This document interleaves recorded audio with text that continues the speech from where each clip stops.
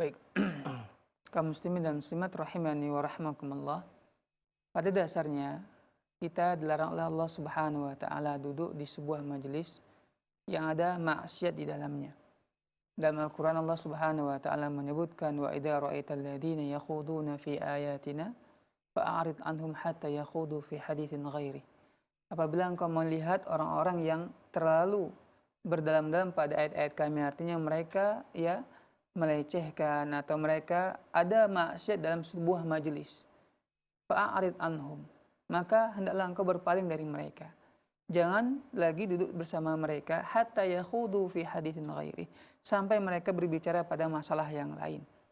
Dalam ayat ini Allah Subhanahu wa taala melarang kita berduduk sama atau bermajelis dengan orang-orang yang melakukan maksiat kepada Allah Subhanahu wa taala.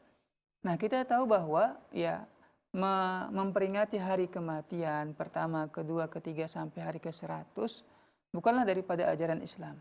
Bahkan ternyata setelah diteliti ini merupakan ajaran daripada kaum Hindu.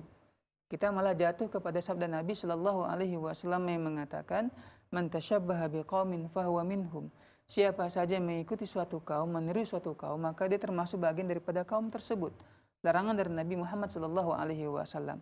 Apalagi ajaran-ajaran seperti ini, memperingati hari kematian, meskipun mungkin niatnya baik, mengirimkan doa, mengirimkan sedekah dan sebagainya, tapi masalahnya ialah Nabi Shallallahu Alaihi Wasallam tidak pernah mengajarkannya kepada kita, dan para sahabat Abu Bakar, Umar, Utsman dan Ali tidak pernah juga mempraktekannya dan mengajarkannya kepada kita. Karena apa?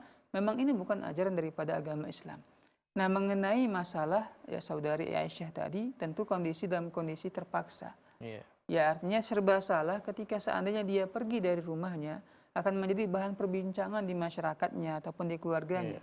Maka oleh sebab itu beliau tetap di majelis tersebut, di acara itu, tapi tidak membaca apa-apa, hanya sekedar istilahnya menampakkan diri di hadapan saudara ataupun masyarakat. Ya, semoga Allah Subhanahu wa taala mengampuni dosa kita semuanya. Wallahu taala a'lam. Meskipun yang lebih baik sebenarnya tetap kita tidak menghadiri acara tersebut dan kita menjelaskan kepada keluarga kita. Minta maaf, minta izin, ya bukannya kita sombong atau apa, tapi tetap kita mendoakan keluarga kita yang meninggal dunia. Tapi acara ini bukanlah acara yang diajarkan oleh Nabi Muhammad SAW, maka kita harus meninggalkannya. Wallahu